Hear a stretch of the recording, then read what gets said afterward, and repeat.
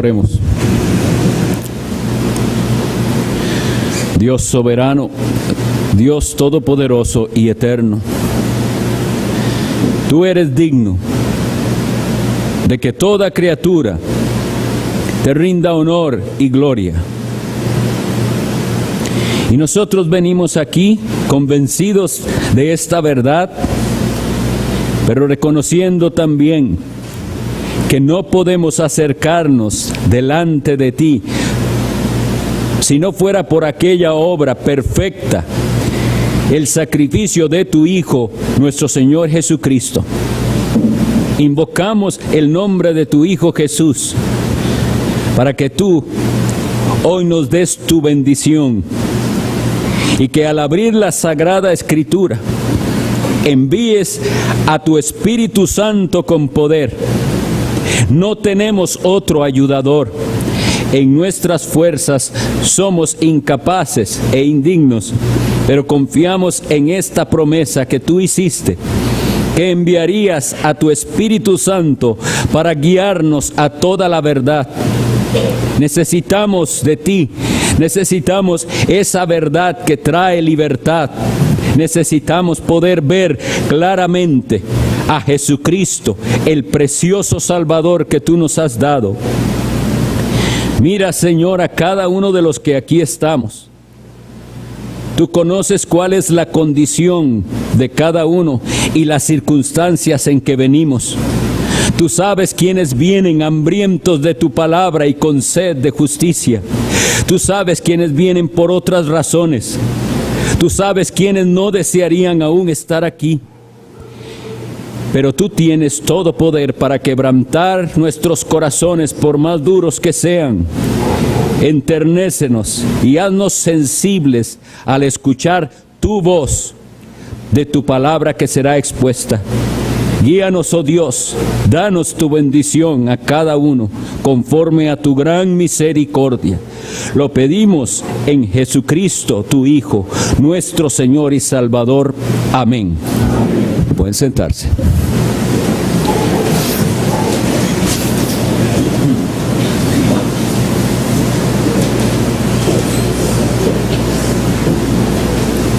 Les invito a abrir la Escritura en la Epístola de Judas.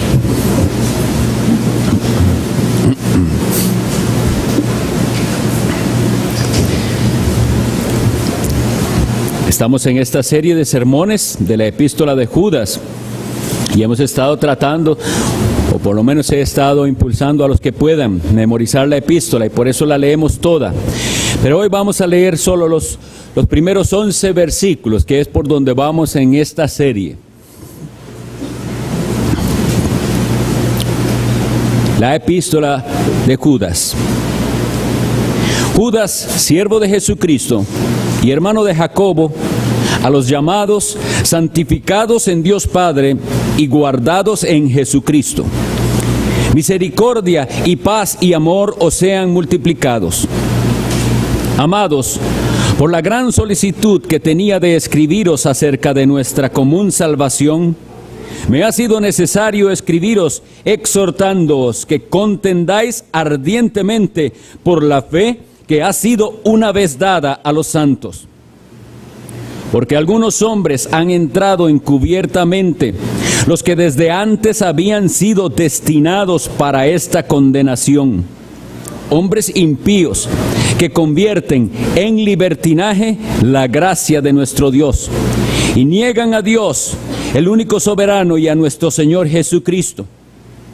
Mas quiero recordaros, ya que una vez lo habéis sabido, que el Señor, habiendo salvado al pueblo, sacándolo de Egipto, después destruyó a los que no creyeron, y a los ángeles que no guardaron su dignidad, sino que abandonaron su propia morada, los ha guardado bajo oscuridad en prisiones eternas para el juicio del gran día.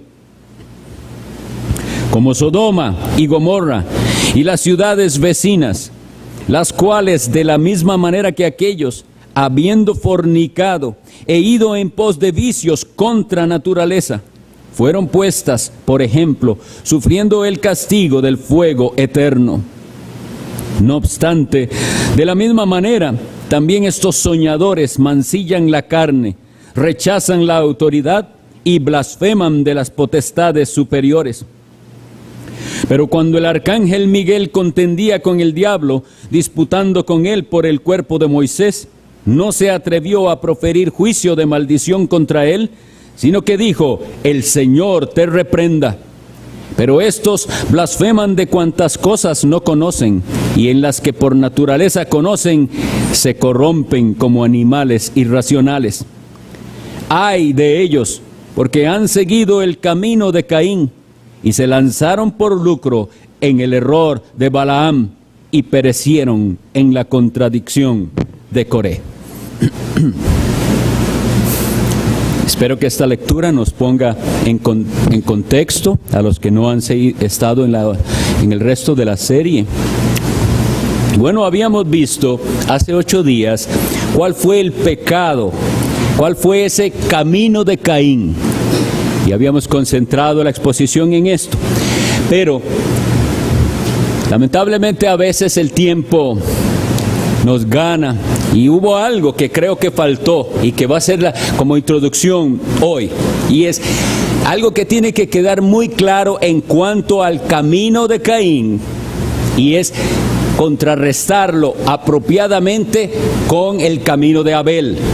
El camino de Abel fue el camino de la fe. Eso es lo que nos dice Hebreos 11:3. Dice: por la fe, Abel ofreció más excelente sacrificio que Caín. Entonces, todo lo que vimos hoy hace 8 días debería haber concluido así. El asunto fue la fe.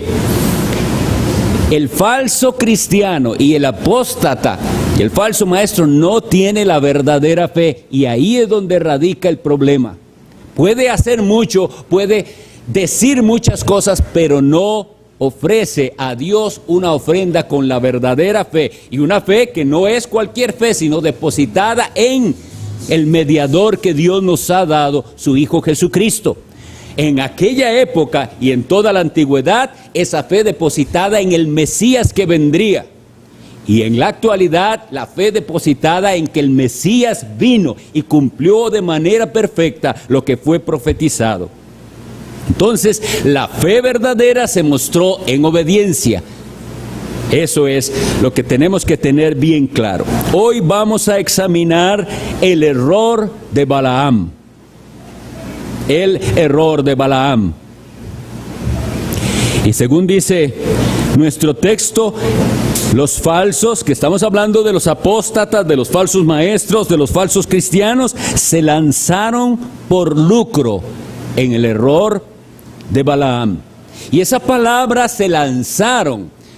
Ustedes saben que el Nuevo Testamento fue escrito en griego, por eso hacemos referencia a eso con tanta frecuencia, porque al ir al original entendemos mejor el significado de las palabras. La palabra esa, lanzarse, corresponde a un río que se desborda, es algo que hicieron con todas las ganas, eso es lo que los consumió. Esa avaricia y esa codicia de los falsos cristianos fue su perdición, hizo que se salieran de control. Y el lucro del que habla ahí, nada más es ir y buscar cuál es la definición de lucro. Ayuda mucho saber. Significa ganancia, sacar provecho de algo. Y ese afán por el lucro, por ese deseo de ganancia, como veremos, fue la perdición de Balaam. Bueno, la mejor manera para entender esto y exponerlo es ir al relato. Vamos a ir al libro de los Números, capítulo 22. Números 22.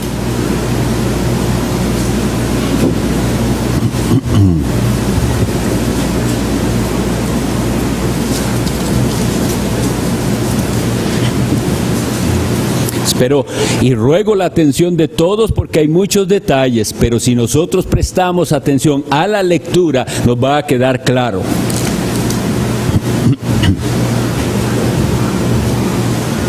Leo para ustedes los primeros 8 versículos de Números 22. Partieron los hijos de Israel y acamparon en los campos de Moab, junto al Jordán, frente a Jericó. Y vio Balac, hijo de Zippor, todo lo que Israel había hecho al amorreo. Y Moab tuvo gran temor a causa del pueblo, porque era mucho, y se angustió Moab a causa de los hijos de Israel.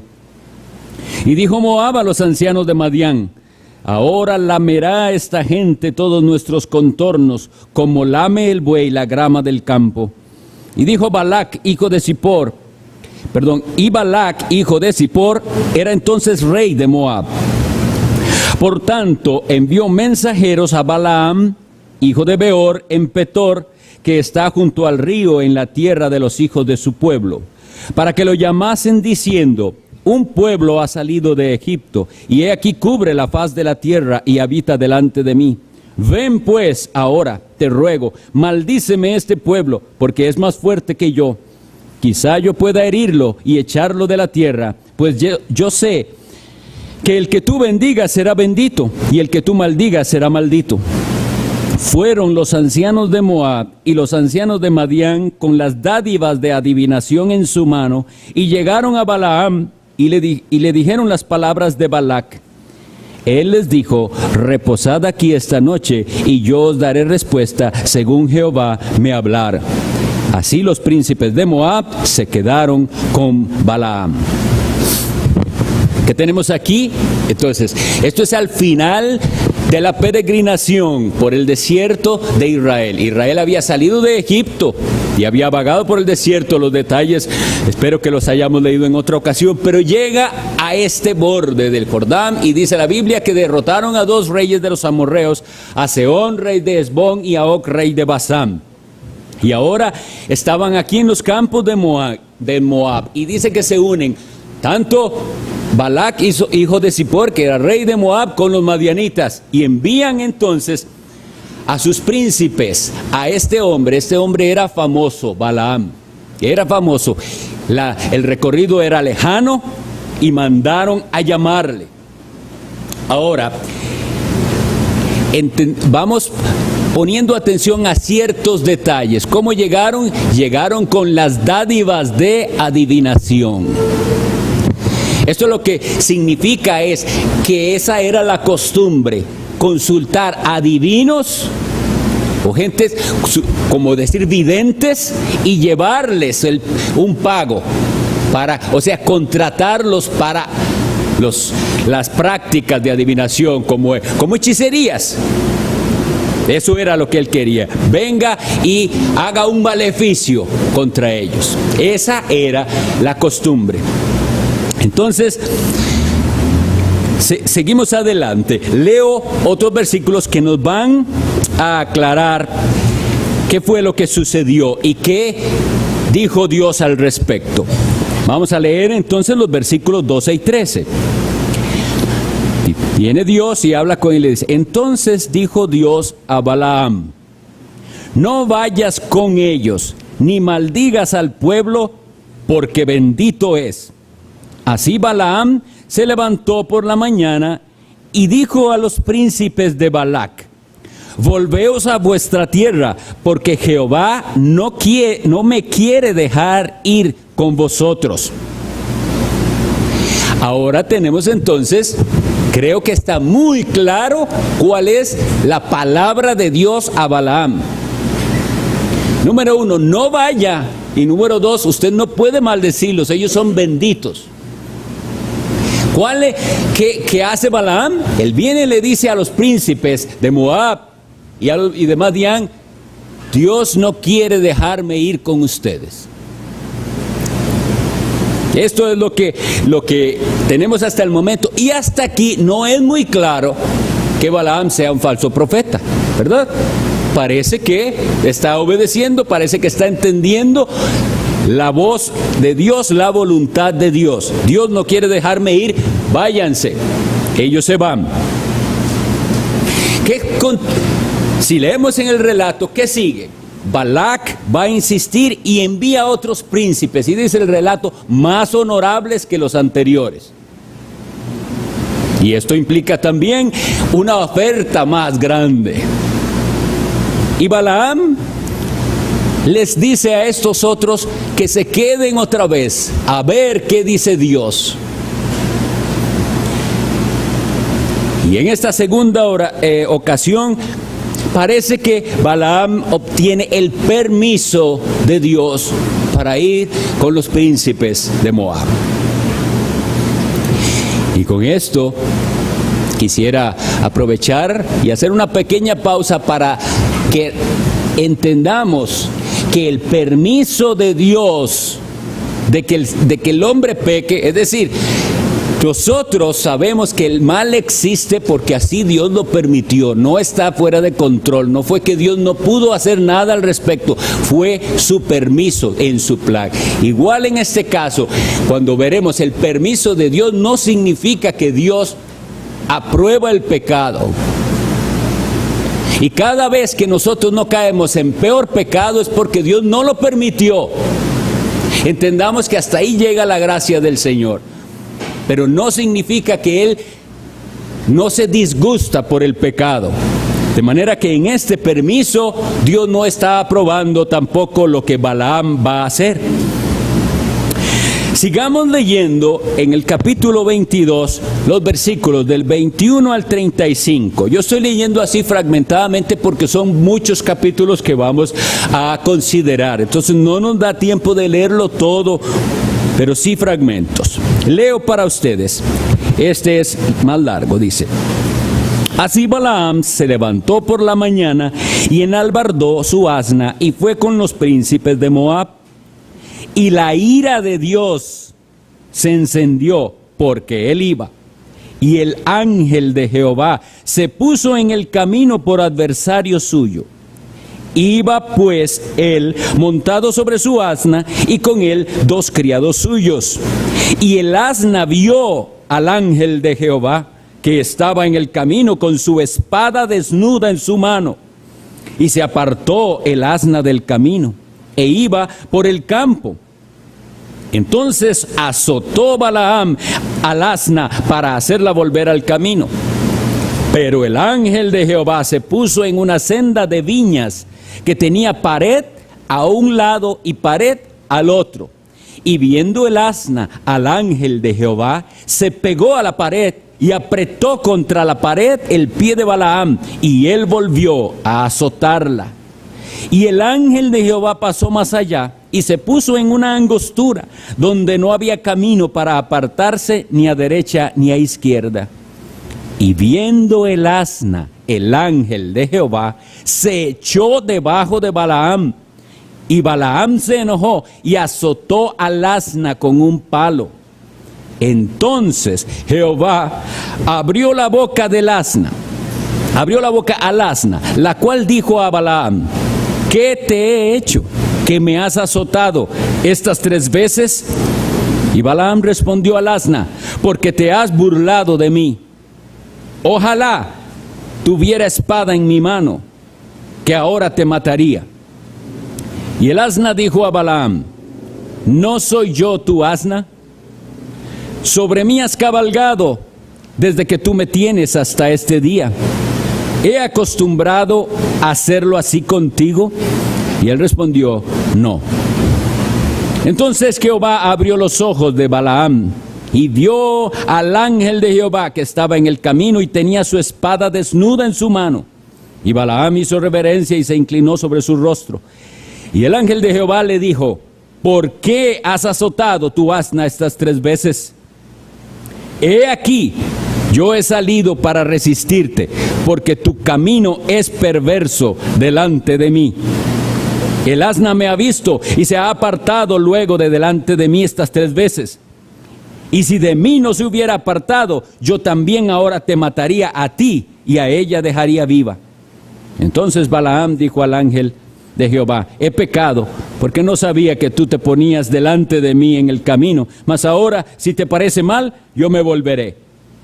Y el ángel de Jehová dijo a Balaam: ve con estos hombres, pero la palabra que yo te diga, esa hablarás. Así Balaam fue con los príncipes de Balac. Vamos a considerar entonces algunas cosas de este relato, que es un relato bastante singular en toda la Biblia. La Biblia no tiene relatos como estos con frecuencia. Es algo muy peculiar lo que aquí sucedió. Lo primero que tenemos que hacer es una identificación de quién le apareció a Balaam. Y la frase es el ángel de Jehová. No dice un ángel de Jehová, sino el ángel de Jehová. En el Antiguo Testamento, siempre que encontremos esa expresión, el ángel de Jehová, se refiere al Hijo de Dios, a Jesucristo, antes de su encarnación. Él, ¿y por qué lo sabemos? Porque en todos los relatos Él es digno de adoración, y las personas que tuvieron encuentro con el ángel de Jehová se postraron ante Él y Él recibió esa adoración. Por ejemplo, en este caso, Josué también se postró ante el ángel de Jehová, el papá de Sansón, etc. Bueno, esto es lo que nosotros llamamos una teofanía, es decir, una aparición visible de Dios. Y acordémonos que está escrito: a Dios nadie le vio jamás. El unigénito Hijo que está en el seno del Padre, Él le ha dado a conocer. Y aquí Él habla con una autoridad, dice: tu camino es perverso. No dice delante de Dios, delante de mí. Así que esa es la manera en que nosotros identificamos a quién le salió. Ahora, el relato nos dice que le apareció como adversario.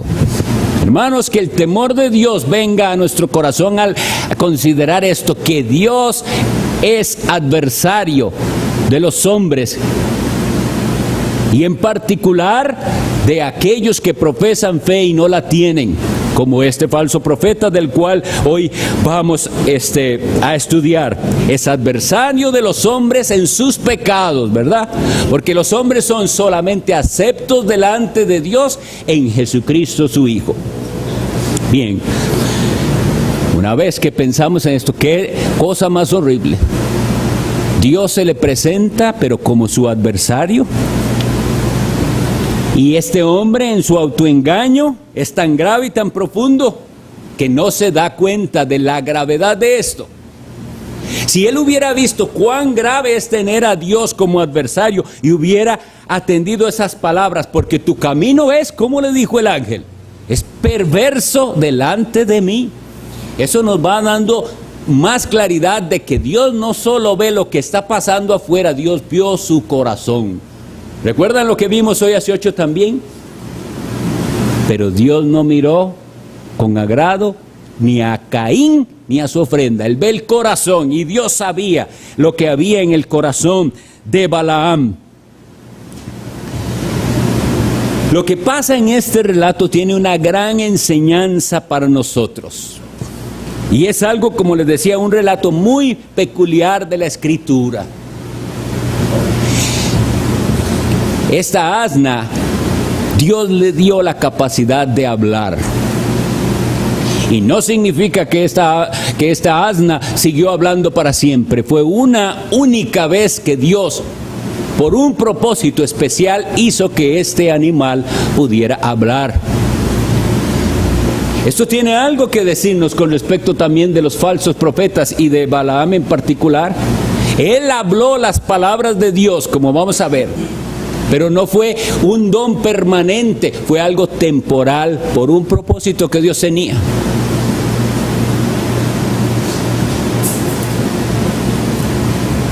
Vamos a ver, como les decía, siguiendo el relato, que este falso profeta sí habla las palabras de Dios de manera temporal y en una situación específica.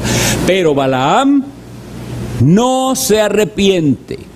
Tiene esa confrontación de Dios mismo con respecto a su camino y no se arrepiente. Sigue adelante con su intención, con lo que hay en su corazón.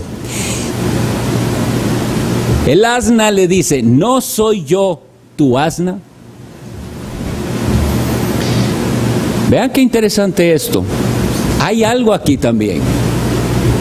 Dios dio al ser humano, a toda la raza humana, aunque ya estamos en un mundo caído y el ser humano cayó en pecado, aún Dios dio todas las cosas para que nosotros domináramos sobre ellas. Y sin embargo, Dios de ninguna manera aprueba la crueldad. Porque Dios mismo le dice a él: ¿por qué golpeaste a tu asna 3 veces?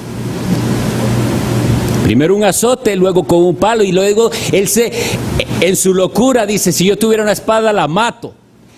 Pero vean lo extraño, no vio la espada del ángel que podía matarlo a él. El asunto, mis queridos amigos y hermanos, es que la ceguera espiritual es algo tan grave que nosotros no podemos ver las cosas como realmente son. Estoy frente a la espada de Dios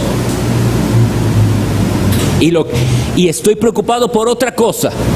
En lugar de preocuparme por ser yo un adversario, saber que Dios es mi adversario y que Él me está anunciando la perversidad de mi corazón, y me lo está anunciando a través incluso de medios, por ejemplo el asna, y le dice: yo he sido así antes. El ser humano en su pecado va siendo más ciego y más torpe cada vez. No poder analizar qué le pasa a esta asna que siempre la he tenido, nunca se ha comportado así. ¿Será esto alguna advertencia de Dios? Y no pudo reflexionar, ni se arrepintió, porque arrepentirse, recordemos que el término más básico de arrepentirse es cambiar de rumbo. Si usted iba en esa dirección, arrepentirse es ir en la dirección contraria. Y él no se arrepintió. Vamos a leer ahora, vamos a entrar en las profecías de Balaam. Vamos a leer entonces de los capítulos 23 y 24 varios versículos. Capítulo 23. Voy a leer para ustedes el versículo del 7 al 10. Pero antes entonces los pongo en contexto. Él llega ahí, Balac lo dice: ¿por qué no vino usted? Yo puedo darle dones, yo puedo honrarlo. La palabra honrar significa darle algo también. Entonces él le dice: bueno, prepárame holocaustos, prepárame los 7 altares. Y él ofrece 7 becerros, 7 carneros. Y voy a ir a ver si Dios viene a mi encuentro. ¿Qué va a decir Dios? Vamos a ver la primera profecía. Versículos del 7 al 10 del capítulo 23. Y él tomó su parábola y dijo: de Aram me trajo Balac, rey de Moab, de los montes del oriente. Ven, maldíceme a Jacob, y ven, execra a Israel. ¿Por qué maldeciré yo al que Dios no maldijo? ¿Y por qué he de execrar al que Jehová no ha execrado? Porque de la cumbre de las peñas lo veré, y desde los collados lo miraré. He aquí un pueblo que hablará, que habitará confiado, y no será contado entre las naciones. ¿Quién contará el polvo de Jacob, o el número de la 4ª parte de Israel? Muera yo la muerte de los rectos, y mi postrimería sea como la suya. Bueno, hay una palabra ahí que no es muy común, es execrar. Significa condenar o maldecir con una autoridad sacerdotal, o sea, como algo sagrado. Y eso es lo que él dice que no puede hacer contra Israel. Bueno, esto es profecía verdadera. Eso es lo que tenemos primero que tener bien claro. Este hombre es un falso profeta, pero estas palabras son verdaderas. Y él dice entre lo que habla, vean las palabras: muera yo la muerte de los rectos. El falso profeta puede estar tan bien informado y reconocer que hay una muerte para los rectos, diferente de la muerte de todos los demás, de los injustos. Y él mismo no hacer lo necesario para obtener una muerte según los rectos, lo cual es, como veremos, el arrepentimiento y la fe. Entonces, eso es algo también para lamentar en la cantidad de personas que pueden saber la palabra de Dios y hablar la palabra de Dios y ellos mismos permanecer incrédulos. Y vuelvo a recordar esas palabras del gran predicador del siglo XVIII, George Whitefield, que dijo, la desgracia del cristianismo es la cantidad de pastores inconversos. Es decir, hombres que pueden estar hablando de Cristo, de un Cristo que ellos mismos no conocen. Y esta es la situación del falso profeta también. Vean que habla las palabras de Dios. Y luego vamos a tener en cuenta lo que dice el versículo 9 para las aplicaciones, porque dice, he aquí un pueblo que habitará confiado y no será contado entre las naciones. Eso es muy importante para lo que va a suceder después. Tengámoslo por favor en cuenta. Pero lo primero es entonces, él sabe que hay un camino de rectitud, que hay un camino de los justos, pero él no lo sigue el camino de los justos. Así actúa el falso profeta y así actúa el falso cristiano, aquel que es cristiano de nombre. Sabe que hay un camino de rectitud y él no camina por ese camino de rectitud. Y el asunto es, usted que está aquí sentado en esta mañana, ¿será ese su caso? Que usted sí conoce cuál es el camino a Dios, el camino recto, que usted sabe que no hay otro camino sino el que la Biblia nos dice y no está caminando por él. Eso es lo que hizo Balaam. Vamos a ir a la segunda profecía, el capítulo 23, los versículos 18 al 24, porque después se enoja Balac y dice, yo lo traje a que me maldijera este pueblo. Pero lo que usted dijo fue una bendición. Venga, intentémoslo de nuevo. Y van en su segundo intento. Otros 7 holocaustos. Versículos 18 al 24. Entonces él tomó su parábola y dijo, Balac, levántate y oye, escucha mis palabras, hijo de Zippor. Dios no es hombre para que mienta, ni hijo de hombre para que se arrepienta. Él dijo y no hará, habló y no ejecutará. He aquí he recibido orden de bendecir. Él dio bendición y no podré revocarla. No ha notado iniquidad en Jacob, ni ha visto perversidad en Israel. Jehová su Dios está con él, y júbilo de rey en él. Dios los ha sacado de Egipto, tiene fuerzas como de búfalo. Porque contra Jacob no hay agüero, ni adivinación contra Israel. Como ahora será dicho de Jacob y de Israel, lo que ha hecho Dios. He aquí que el pueblo que como león se levanta y como león se erguirá, no se echará hasta que devore la presa y beba la sangre de los muertos. Una vez más, Balaam hablando las palabras de Dios, pero palabras que él mismo no cree.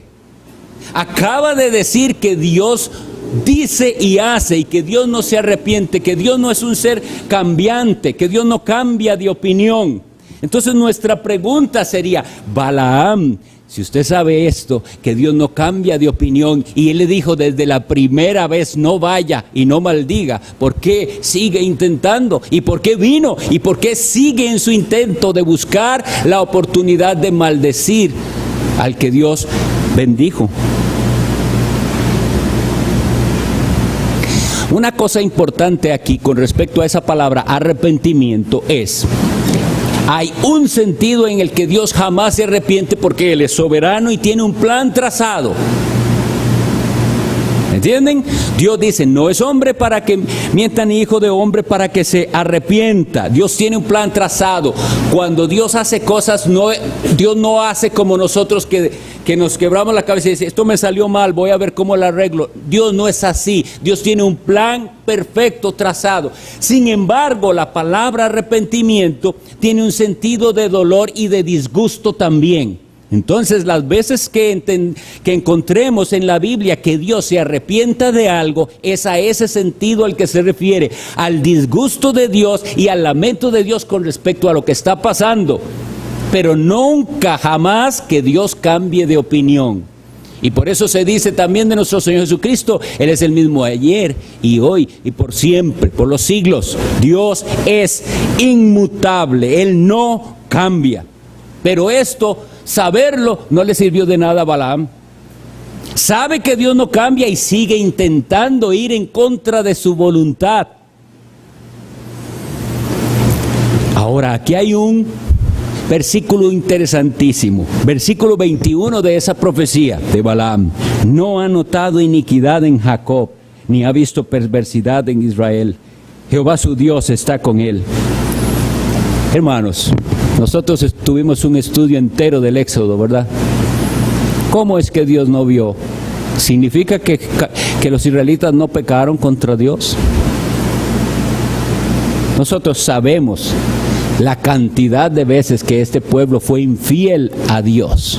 Nosotros tenemos aquí una definición de la doctrina de la justificación. Aquel pueblo, por la fe en el Mesías, era visto por Dios como justo. Y hoy en día es lo mismo con cada cristiano.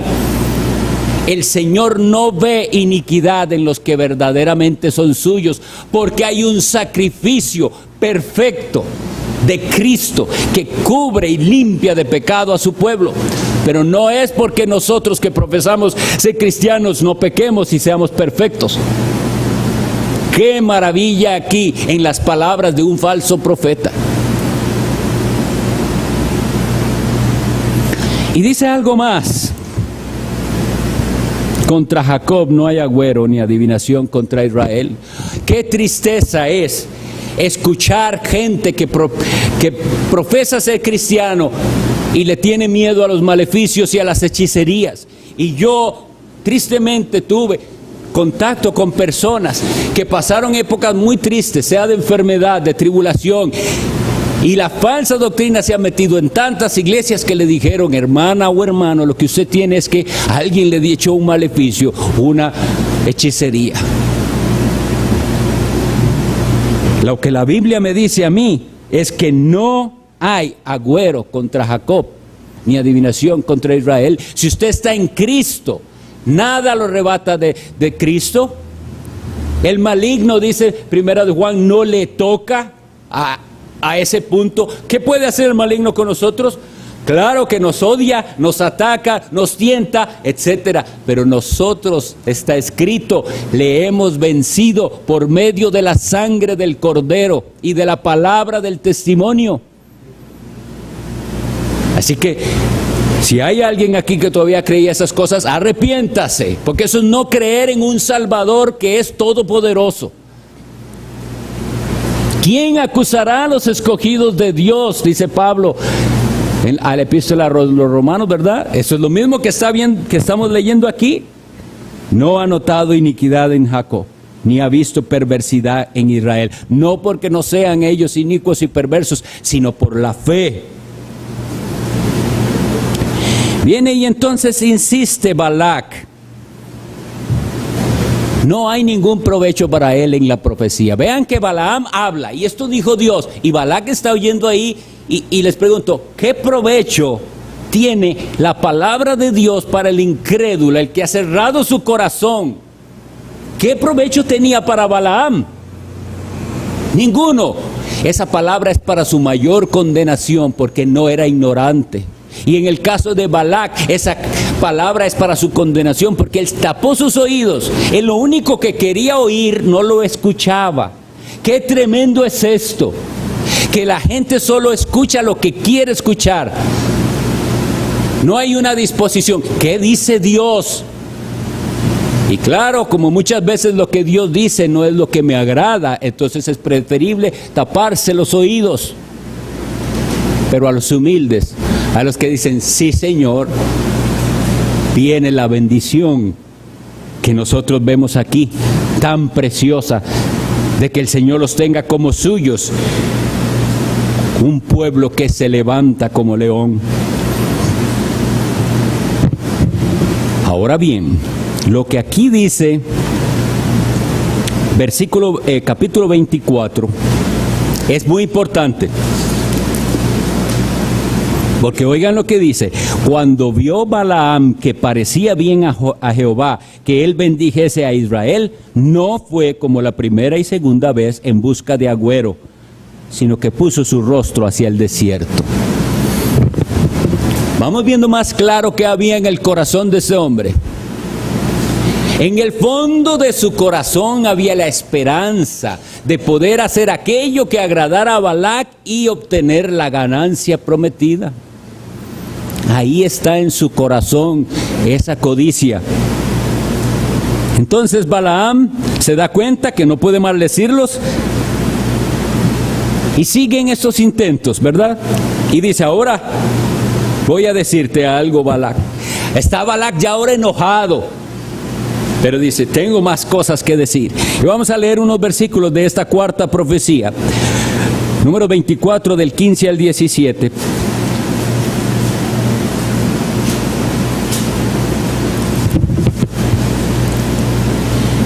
Y tomó su parábola. En este caso, cada rato se dice parábola. Hay otras versiones que le traducen su oráculo, pero realmente lo que se dice, este es el mensaje que él recibió. Y dijo, Balaam, hijo de Beor, dijo el varón de ojos abiertos, dijo el que oyó los dichos de Jehová, y el que sabe la ciencia del Altísimo, el que vio la visión del Omnipotente, caído, pero abiertos los ojos. Lo veré, mas no ahora, lo miraré, mas no de cerca. Saldrá estrella de Jacob, y se levantará cetro de Israel, y herirá las sienes de Moab, y destruirá a todos los hijos de Set.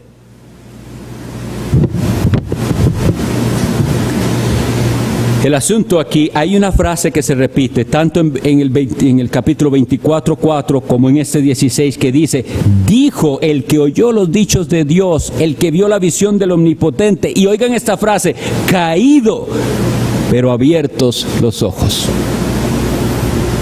Aquí, hermanos, está la descripción más triste de un falso profeta. Y ese caído, unas versiones lo dicen caído en trance.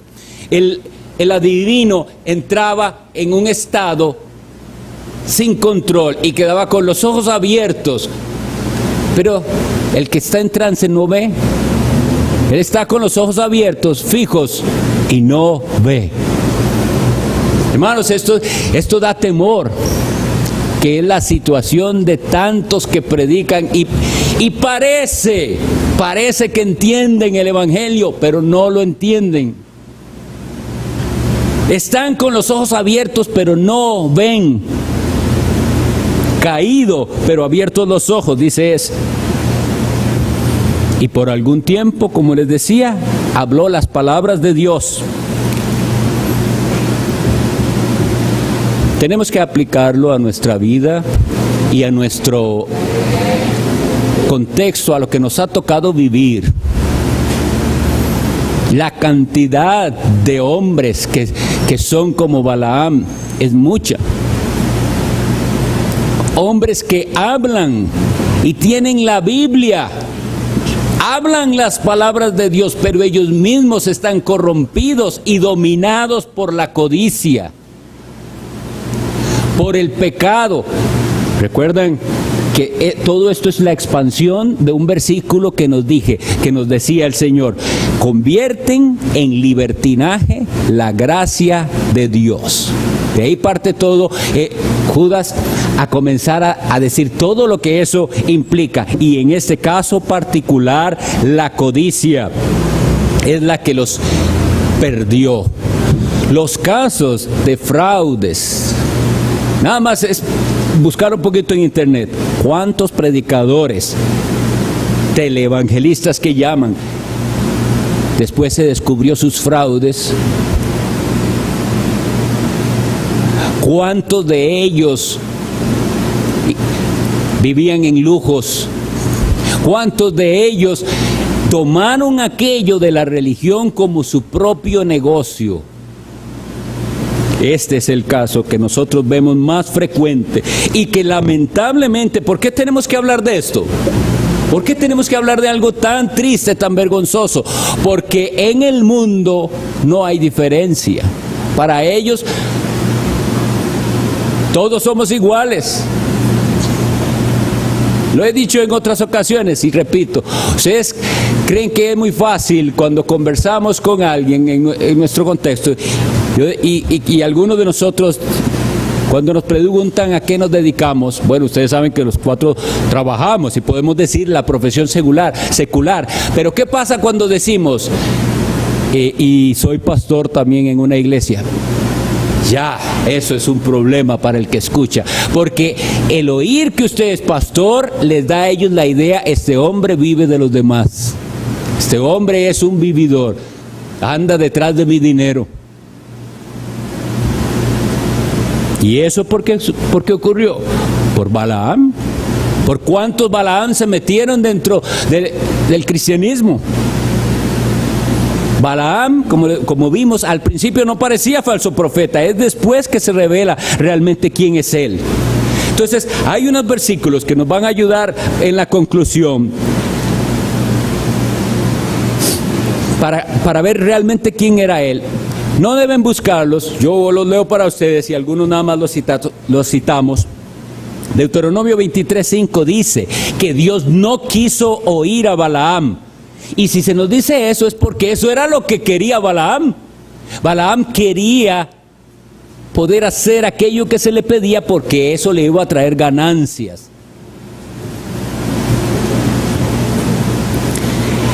En Josué 13:22 leemos que eventualmente los israelitas matan a Balaam. Pero hay una lectura bastante importante que es 2 de Pedro 2, del 1 al 3, que leo para ustedes y que nos da más claridad con respecto a este tema que estamos tratando. Es la segunda carta de Pedro, capítulo 2, los versículos del 1 al 3. Y dice así: pero hubo también falsos profetas entre el pueblo, como habrá entre vosotros falsos maestros, que introducirán encubiertamente herejías destructoras, y aún negarán al Señor que los rescató, atrayendo sobre sí mismos destrucción repentina. Y muchos seguirán sus disoluciones, por causa de los cuales el camino de la verdad será blasfemado. Por eso es que estamos leyendo esto. Versículo 3. Y por avaricia harán mercadería de vosotros con palabras fingidas. Sobre los tales ya de largo tiempo la condenación no se tarda y su perdición no se duerme. Leamos en ese mismo capítulo los versículos 14 y 16. Tienen los ojos llenos de adulterio, no se sacian de pecar. Seducen a las almas inconstantes, tienen el corazón habituado a la codicia y son hijos de maldición. Han dejado el camino recto y se han extraviado, siguiendo el camino de Balaam, hijo de Beor, el cual amó el precio de la maldad. ¿Pueden verlo? Y fue reprendido por su iniquidad, pues una muda bestia de carga, hablando con voz de hombre, refrenó la locura del profeta. Ahora creo que nos queda más claro. Era un falso profeta, pero no era tan fácil identificarlo. Nosotros también leímos en la lectura de esta mañana el mensaje de Cristo, que es igual el mensaje del Espíritu Santo a la iglesia en Pérgamo.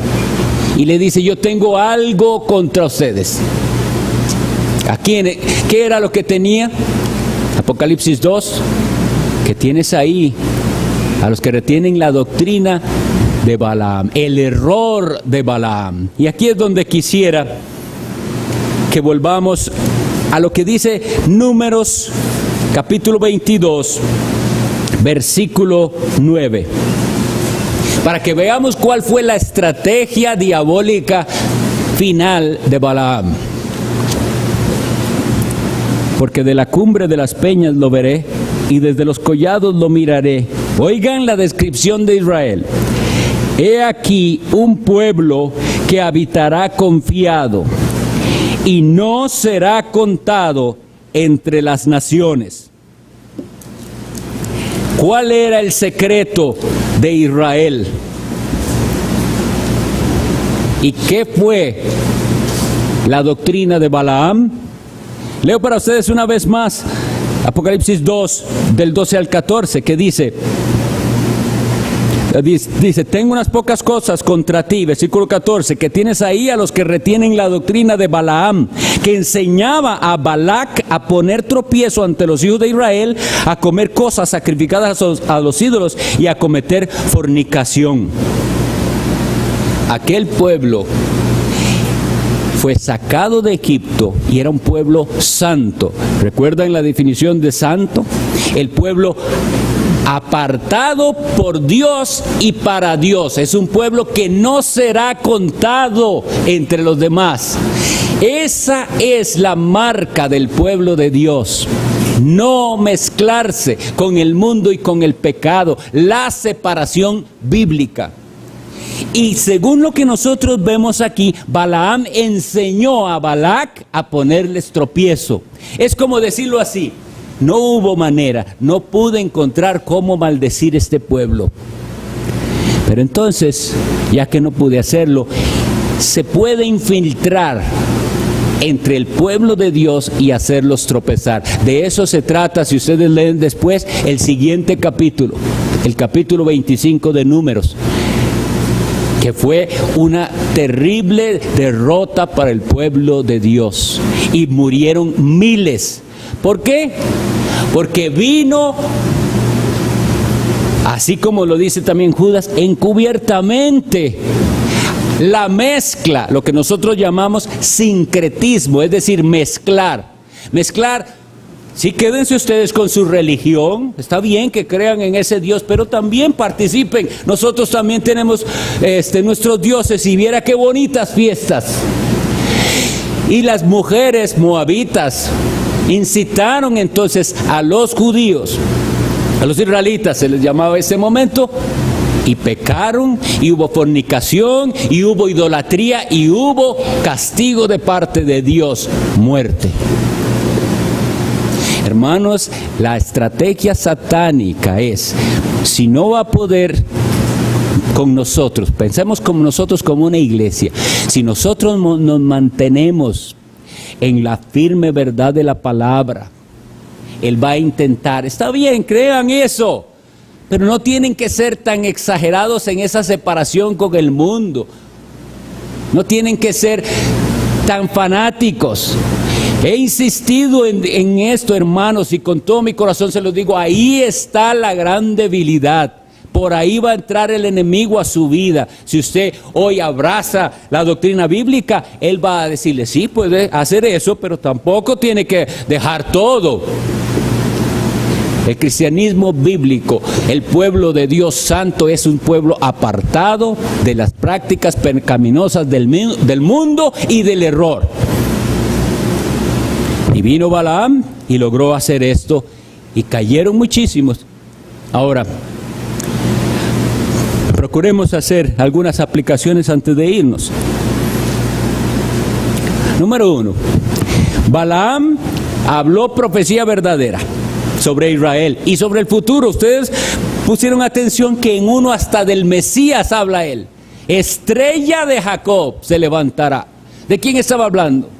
Bueno, algunos piensan que de David, que fue el rey de Israel, el mejor, el que peleó sus batallas, pero él asimismo también era un tipo de Cristo. Así que Balaam habló hasta del Mesías. Los falsos cristianos y los falsos profetas pueden hablar la palabra de Dios. ¿Recuerdan lo que dice Mateo 7? Muchos, dice Cristo, me dirán en aquel día, Señor, ¿no profetizamos en tu nombre? O sea, esas personas creen que por haber hablado de Dios, que por haber predicado, que por haber estado en una iglesia, eran salvos. Y el Señor les dice, apartaos de mí, nunca os conocí. Balaam no entendía ni podía recibir la verdad que él mismo anunciaba. Los falsos profetas, y muchos parecían ser profetas de Dios y hombres de Dios en el pasado, y hoy los vemos envueltos en toda la mundanalidad, en toda la avaricia, en toda la codicia, y esos placeres de este mundo mostraron ser su verdadero Dios. El asunto es, ¿cuál es el precio suyo? Porque yo he oído esta frase, dicen, todo el mundo tiene un precio. ¿Cuál era el precio de Balaam? Él sabía que no podía hacer eso, pero la recompensa era muy grande. Hay cosas que no hacemos, pero el asunto es, si las condiciones fueran favorables, si la suma que se le ofrece es suficiente, si nadie se va a dar cuenta? ¿Cuál es el precio? Porque el que es de Dios por ningún precio va a traicionar a Cristo. ¿Cuál es entonces su situación con respecto a esto? Porque no necesariamente es dinero, es comodidad. Hay gente que no quiere perder su comodidad y eso va a ser lo que les va a hacer caer. No están dispuestos a ser perseguidos, maltratados, desechados. No quiero que hablen mal de mí. ¿Habrá un límite para su honestidad? Porque si es así, ustedes como Balaam, hubo un precio y él amó el precio, dice Pedro, de la maldad. Se lanzó luego por lucro. Hermanos, iglesia, hay una batalla que no fue peleada ahí. Recuerdan, no hubo enfrentamiento. Números 25, no hubo enfrentamiento bélico, no hubo pelea al final entre Moab e Israel. Le ganaron la batalla por esa infiltración, por esa mezcla, porque no sea tan puro en su religión. Y como habíamos visto, ellos habían cometido muchos pecados, pero en si no tengo mal la cita, 23,000 cayeron. Porque un hombre, Finees, hijo de Eleazar, dice que se encendió en ira, en celo por Dios. Y fue y atravesó con su lanza a uno que estaba en su tienda con una de las princesas de Moab. ¿Por qué? ¿Cómo es su celo por Dios? Esta iglesia en Pérgamo también estaba por sucumbir ante el error de Balaam.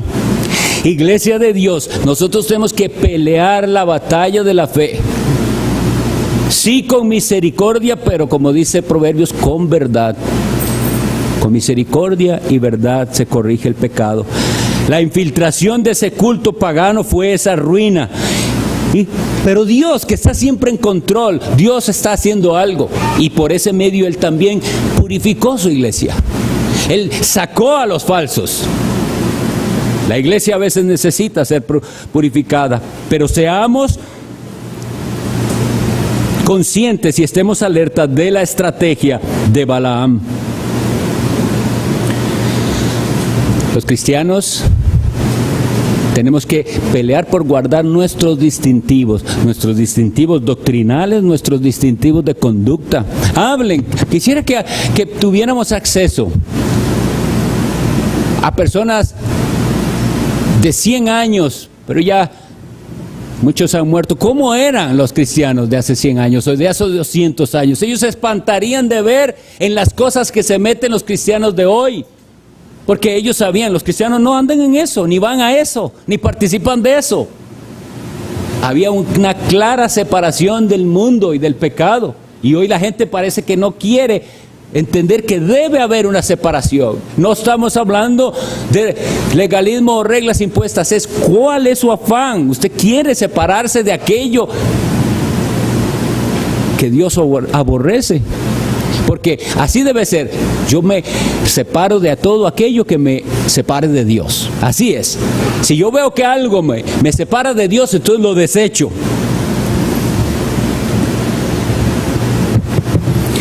Y entonces, ¿qué hay que hacer con los que retienen esa doctrina de Balaam? Pensemos que nosotros somos la iglesia de Pérgamo. ¿Qué hay que hacer? Solo hay dos alternativas: o arrepentimiento o expulsión. Nosotros como iglesia debemos indagar si hay alguien aquí reteniendo la doctrina de Balaam, que sí se puede ser cristiano y andar en pecado, que sí se puede ser cristiano y participar de la mundanalidad. Esa persona por ignorancia puede que lo haga, y entonces la palabra de Dios le lleva al arrepentimiento, y esa es una solución benéfica. Gloria a Dios si así pasa. Si usted dice: yo he sido cristiano por un montón de años, pero nunca me he separado del mundo, he estado como jugando en los dos campos. No puede ser así. Y entonces usted aprende a caminar con Cristo verdaderamente en santidad. Y gloria a Dios por esto. Pero si no es así, los apóstatas no pueden permanecer en la iglesia. Y Dios va a mandar algo, como mandó en Israel para purificar a su iglesia. ¿Cuántos de los que alguna vez parecían cristianos, hombres de Dios, mujeres de Dios, hoy en día ya no se reconocen como cristianos y andan en el mundo? Que eso no pase en nuestra vida, que eso no pase en nuestra iglesia. Más bien que nos levantemos como aquel Fineés, llenos de celo por Jehová. No permitir que eso que es como un cáncer, que a las denominaciones evangélicas históricas, vean el caso de Estados Unidos, ¿cómo llegó a pasar esto? ¿Cómo llegó a pasar esto en la iglesia presbiteriana de los Estados Unidos? En algunas iglesias bautistas, en las episcopales, en los metodistas, que supiera Juan Wesley, que fue el que impulsó ese movimiento, lo que sus seguidores hoy en día hacen. Iglesias que celebran el pecado. No predican contra el pecado, lo celebran. ¿Cómo les pasó eso? ¿Qué vamos a hacer? ¿Solo criticarlos a ellos? Puede pasarnos. Es un cáncer. Es la doctrina y el error de Balaam.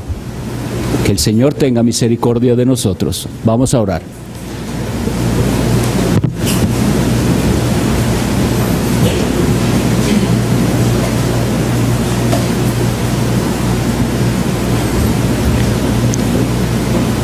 Bendito Dios, no a nosotros, oh Jehová, no a nosotros, sino a tu nombre, da gloria por tu misericordia y tu fidelidad. Hoy estamos aquí, con dolor en nuestras almas, por ver lo que ha ocurrido en muchas iglesias, y por ver el peligro en que nosotros también estamos si no nos mantenemos firmes en la fe que una vez fue dada a los santos. Mira, Señor, cada corazón, despierta las conciencias para que cada uno de nosotros entendamos con claridad que no se puede mezclar lo sagrado y lo santo con lo pecaminoso y mundano. Ven, Señor, con tu gran misericordia y concédenos arrepentimiento. Mira nuestros ídolos y quiébralos, oh Señor. Líbranos de la fornicación, sea espiritual o física. Purifica a tu pueblo. Y que nosotros entonces, en santidad, podamos levantar una bandera por causa de la verdad. Porque tú la has dado a los que te temen. Que el peso del temor de Dios caiga sobre nosotros. Y que tu palabra que ha sido expuesta, tu Santo Espíritu la aplique a cada uno de nosotros. No permita, Señor, que salgamos de aquí indiferentes. Quebranta nuestros corazones y acércalos a ti por Cristo nuestro Señor. Amén. Pueden ponerse de pie, por favor.